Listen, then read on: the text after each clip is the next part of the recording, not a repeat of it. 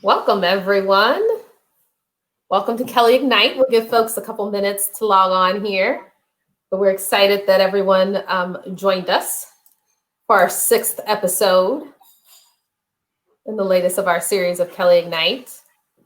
For those of you who have been with us for some time or may not remember, my name is Alex Foster. I'm the Senior Director of People Strategy and Experience at Kelly. And we've just had a ton of great dialogue in our first 4 episodes. We've had guests from a variety of industries, from our client base, interacting with us, engaging us, asking very unique and insightful questions around some of the latest research that we've conducted, things that we're seeing in the marketplace today. Today, though, I am excited to share that we're bringing things home. And our guest with us today is one of Kelly's very own, one of my colleagues from KellyOCG, Managing Director and Vice President in EMEA, Sam Smith. Thanks so much for joining us, Sam. Thank you, Alex. I'm really happy to be here. So thank you for inviting me to join you. I'm really delighted and honored to come on today. Awesome. Well, I'm excited for our conversation. For those of you who know Sam or have interacted with her, you will know that we're going to have fun. We're going to have a great time today. But Sam, for those of our viewers who may not be familiar with you or the body of work that you lead for Kelly, why don't you tell us a little bit about your role and what gets you excited every day? Well, so as you mentioned, I lead KellyOCG here in EMEA. Calling you from a town just outside of Telford, actually, which is where our shared service centre and centralised operations sit. I'm responsible for our operations, sales, business development, and delivery across region, which spans, as you can imagine, in a really interesting landscape across multiple countries and multiple languages over here in Europe. And I'm, delighted to cross the transatlantic ocean and join you on a truly global conversation. So, yeah. Awesome. And I'm glad you mentioned conversation, because as we were prepping and thinking through what today's session might look like, you said, hey, can we not say that COVID word for once? Can we just get a break from it? Tell me a little bit more about what you meant there and how you think our viewers might agree with you. Yeah, well, we've moved to virtual, obviously. Everyone did really rapidly. And almost every conversation, it's kind of like around the holidays or your birthday. Every conversation was, how was your holiday? How was your holiday? And, with COVID, no one can deny the huge impact it's had globally, domestically, locally, in people's homes. But you get to a threshold where you just think, you know what, I don't want to talk about this anymore. It's our reality. We're all living it. We all know about it. I don't want to talk about this anymore. So, for me and my team, unless we're talking about, our emergency management of the situation to ensure our employees are safe and well, we're trying to not focus on talking about COVID and trying to focus on getting work done and delivering solutions and solving challenges that aren't specifically related to the pandemic. And, I think we've all figured out how to work remotely. I think we're all figuring out how to get through it. I also think that there was a lot where people spoke to, we're all in the same boat. And I said really early on, actually, on a podcast with some guys, I said, I don't think we are. We're all in different boats. And in some cases, it's a luxury yacht. In other cases, it's a rowboat. And we might all be in the same ocean, but we're all having a really difficult or different, rather, experience. And I think we have to acknowledge that. Yeah, no, and I think that is such a great call out. One, when I hear you say, let's not talk about it, what I'm hearing you say is this, 7, 8, 9, 10 months in, this is somewhat of a normal, right? And that will evolve over time, as all things do, but this is where we are today. So regardless of what the label is, what is the issue that's in front of us? What is the celebration that's in front of us? And how do we just honor that moment for what it is without that added label, right? Because we're here. But I also really like what you're talking about, this kind of almost notion of COVID highlighting where there is privilege, right? And how that hits different people, even at different points on this journey. I remember earlier in the year, I had a colleague tell me, their approach in their organization was not to take everybody digital. At Kelly, we spent a lot of times having virtual meetings now on Teams at this point. But their decision was to not go that route because they realized internet connectivity wasn't the same for all of their employees. And they said, okay, we do want to create some balance. Right choice, wrong choice. It kind of has to match their culture. But it was interesting that someone took that perspective early on, that even getting on a virtual meeting isn't the same experience for folks who have the same laptop at the same organization, because they're now all sitting in their homes, which may have different requirements.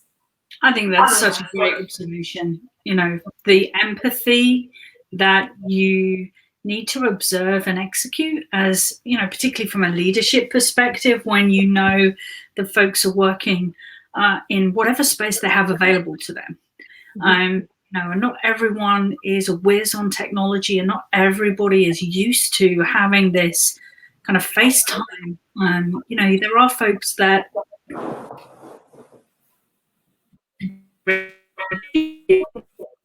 work for us that just don't just use this, right? So I think it's a really interesting situation, and I think it's really important that we observe it and show some empathy.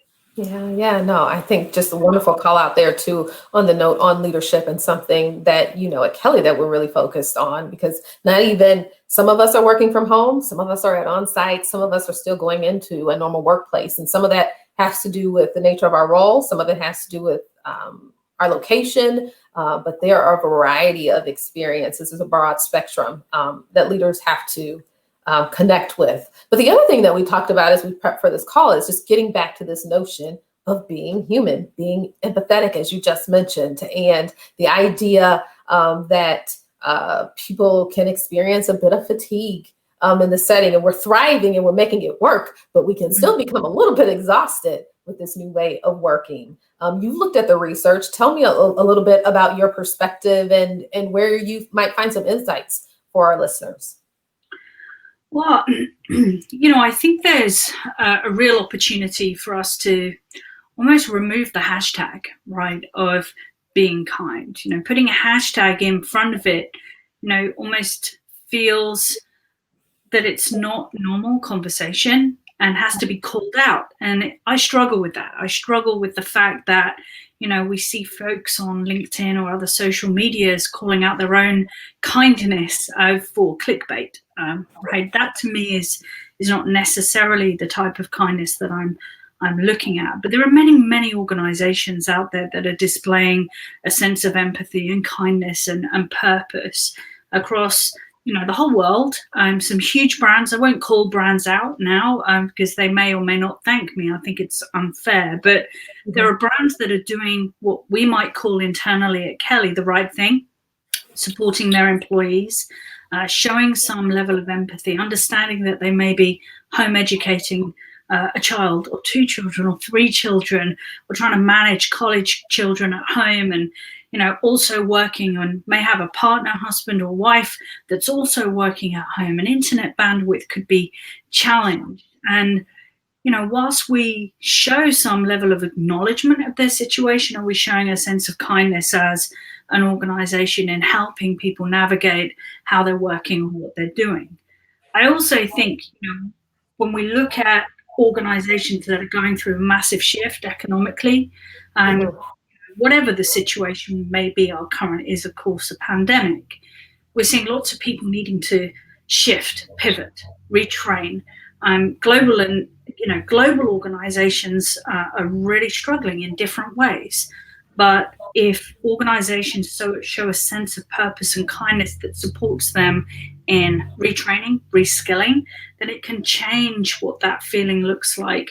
It can change the consumer view on what that brand looks like as well, right? And completely change how organizations and the supply chain react to that same situation that everybody's experiencing. We've seen logos go out of business, some of them family known, companies that have tenure and have weathered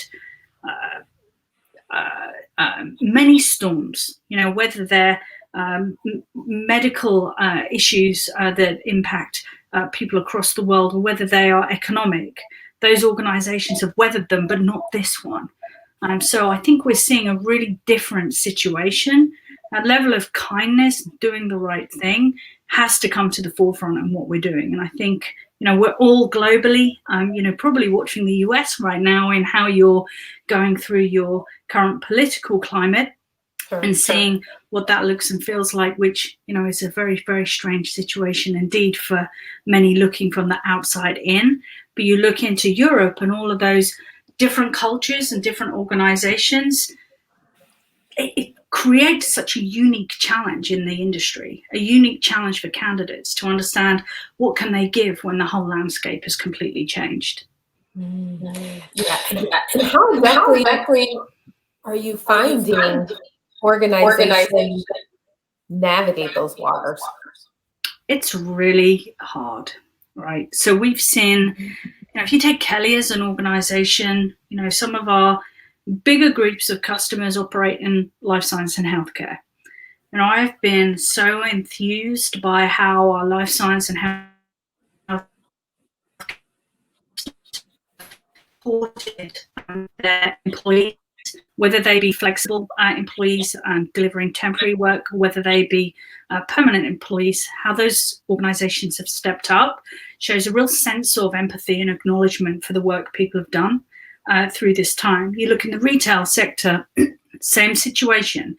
Many supermarkets, grocery stores have really stepped up in acknowledging the work that people are doing and treating them with a sense of not only kindness, but rewarding, from a remuneration and bonus perspective, and saying, hey, we see you, we recognize you, and we value your work.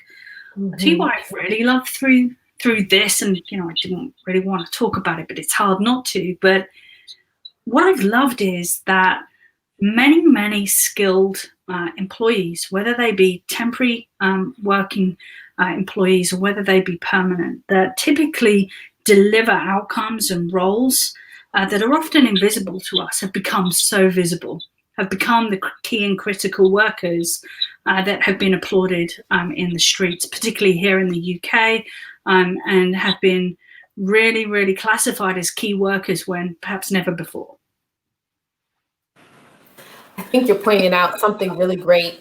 There was a comment earlier, I think last name Rosario, about agility, right? And you mentioned this early, pivoting really quickly. And that applies not only to the work that we do, but how we approach our work. We also seen a couple of comments about, the stress and the complexity and the constant change maybe leading to behaviors that we don't desire. What are some things that you're doing either with your team or that you're talking through with your clients to help folks think about how do we stay energized through all of the change, but how do we also show up the right way?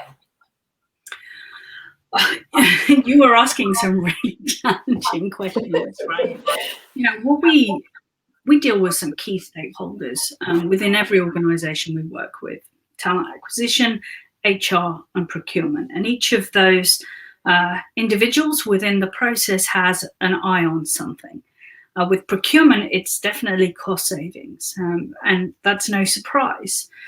With talent acquisition, it's access to talent. So we pivot our conversation and our actions to ensure we can bring down barriers to access to talent. I think that's actually really interesting when you think of Peter Quigley's announcement at the NASDAQ Bell ceremony a couple of weeks ago now on equity to work, bringing down those barriers, opening up the landscape for talent to engage. And for our HR partners, it's not dissimilar, but they want to think about compliance and engagement and retention. So we have to wear multiple hats is the short answer. I don't think there's one single answer that addresses that, but I think when we look at, equity at work and we look at how barriers can be reduced in every talent conversation, how do we break them down? How do we open the landscape up and ensure people can access roles, we can address how do they do that within budget? How do we do that leveraging technology and automation in a safe way? But how do we drive an improved engagement experience for the talent, I think, is probably the outcome that everybody's looking for.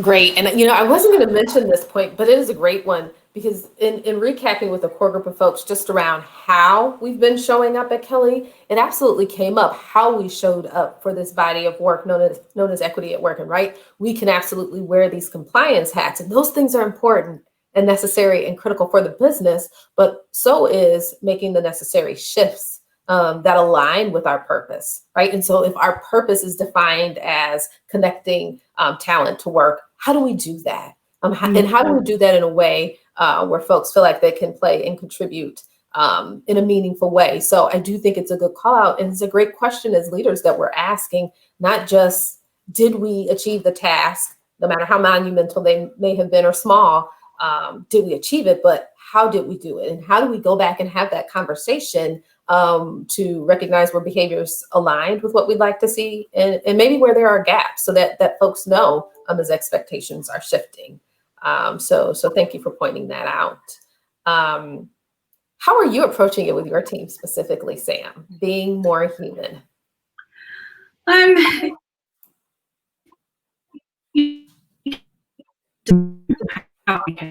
Each other. When you get onto video calls all the time, you kind of get down to business straight away and have lost that interaction, the warmth moment that if you're hanging around outside a meeting room waiting to go in, or the transition from one floor to the next, you bump into some colleagues. Some folks call it that water cooler moment, but I think there's more to it than that. So what I'm trying to do is just slow things down. A lot of my team will hear me always say, slow down to speed up. And if we slow things down and reconnect and ask people about their day or, their weekend, but actually mean it, and it not being a checkbox exercise, then we can slow things down, slow people down a bit, and kind of just balance things out a bit. Because I think people are feeling burned out. People are feeling really overwhelmed by the constant drive.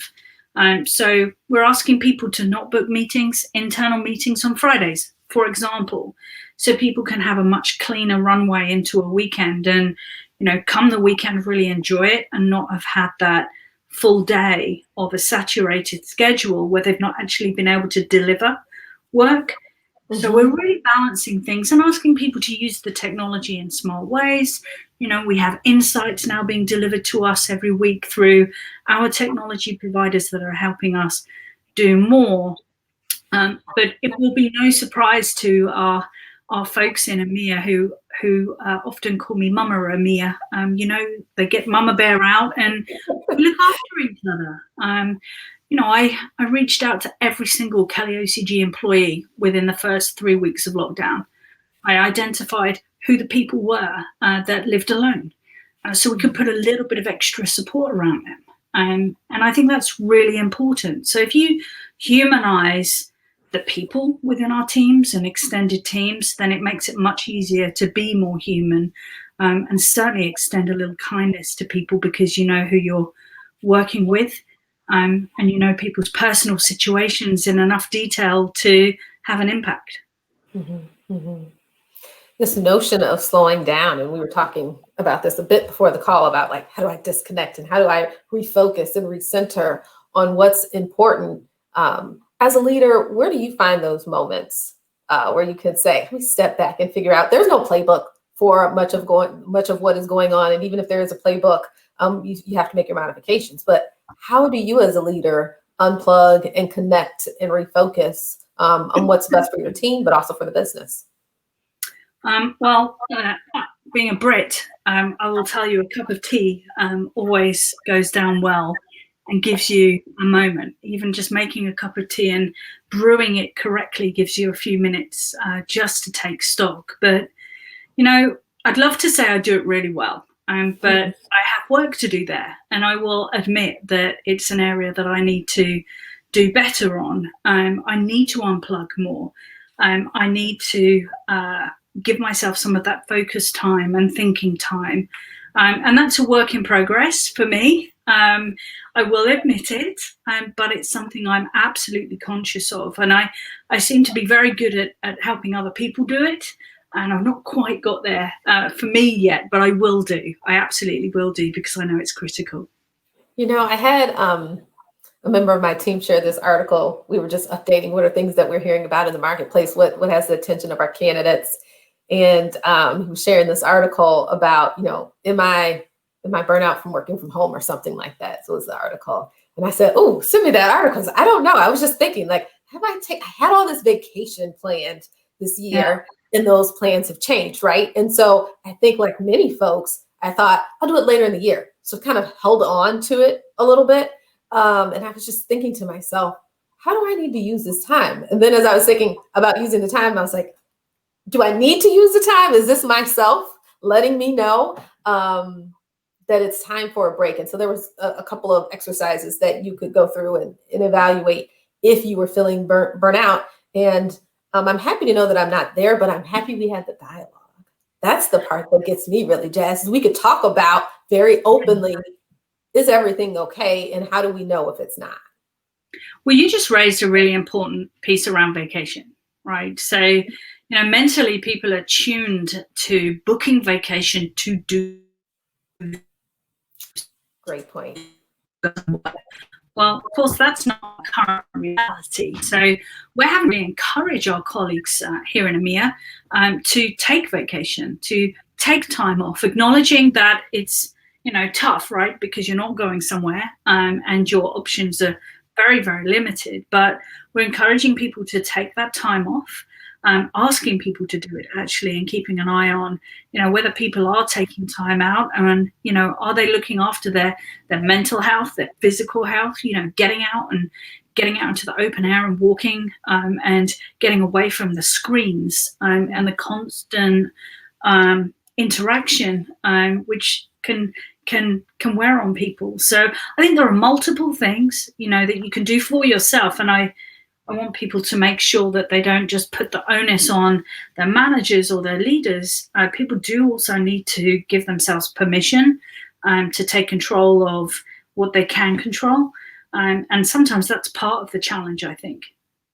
Yeah. And I mean, I think great point. It has to be more authentic to that leader, and being connected with your team absolutely helps. But I think asking the question, as you mentioned, and checking in, what might we need to do differently to support our teams? As you mentioned, if someone decided, look, I want a long weekend, and that's how I want to use my time, but there are 5 meetings scheduled on Friday that I think I need to attend because they help the business or they help me with my career, then maybe I'm more hesitant. So even a simple approach like saying no meetings afternoon on Friday or even all day on Friday help to drive that behavior, right? So that's that connection with your team, your people, and that desire to do more. I think that ultimately makes the shift. Again, we have a comment about organic leadership, and what works better might not be this, you know, more mechanical approach. Absolutely right. It has to be tailored to the team, to the culture of the organization, and honestly to that individual.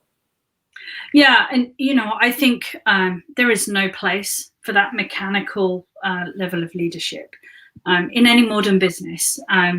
You know, even in the most highly regulated, challenging areas of work, there is or are people involved. If there is a person involved, there is a need to be organic. There's a need to be human. There's a need to be giving and a little bit agile and flexible in how we work with people, because every single person is different, and there is not a playbook for you to deliver a blanket approach on how people work. I think we also have to think about the work people are delivering. It's unique. Everybody's user experience is unique, and you know, we have to think about that. How people work in Hungary within our teams is a very different experience to how they work in France, for example. And again, the same can be said for working in Germany versus the UK. And now there'll be some people that deliver the same outcomes from a role perspective, but the way in which they work culturally may well be slightly different. And we need to accommodate that, right? And acknowledge it. I mean, just wonderful call outs about seeing people where they are, meeting them where they are, right? And acknowledging that difference. Thank you so much. This has been really good discussion. I do want to throw out one more final question. What is it that you're excited about? What is it that you're working on or hear folks are working on that has you really energized and maybe connects a little bit with our conversation today? Well, I'm so glad you asked that question because we're working on a lot. And, what we're doing, particularly here in EMEA, of course, we're part of a global organization, but we're very proud of our regional roots and what we can do in region. I won't share too much, but we're about to launch a really exciting addition to one of our products. We're really focusing on how we can support domestic businesses. We're really focusing on how we can deliver outstanding results, outstanding data, lead with insights, and really help organizations deliver talent and deliver outcomes. We have a very lean but strong organizational structure here. We have a very, very strong centralized service that does amazing work, and we're just putting our time and efforts into our people to support them to thrive, get through to the end of this year, reset, take some really well-deserved time out over come back into 2020 with 2020 behind us, and some fresh legs to start supporting our customers again. Awesome. Awesome. Well, and there are always these amazing arcs that come off of your body of work that connect back to work that my team is doing and other folks in HR. So I appreciate the holistic approach that your team is taking to moving forward, closing the loop, and starting the next phase of our journey really strong together as a team. So thank you so much, Sam, for joining us today. Really good discussion. Have a few fun laughs in along the way. Folks, if you enjoyed our conversation today, please know that we're continuing the Kelly Ignite series. We will have a host of folks from Kelly, now that we've explored external partners and clients and associates over the next several weeks and through the balance of the year. Our next Ignite series will take place on Tuesday, November 10th at 1 p.m. Eastern Standard Time. You can also check back on kellyignite.com to watch prior episodes, find links to resources. And please, I encourage you, if you've enjoyed some of the folks that we've had on the series thus far, folks like Sam, check them out on LinkedIn. She's amazing. I really enjoy my conversation, but she's a wealth of knowledge on very broad topics. There's lots of love here, lots of love for Sam. So check her out, and we'll see you guys in a couple of Tuesdays. Thanks so much. Thanks, everybody. Thanks, Sam.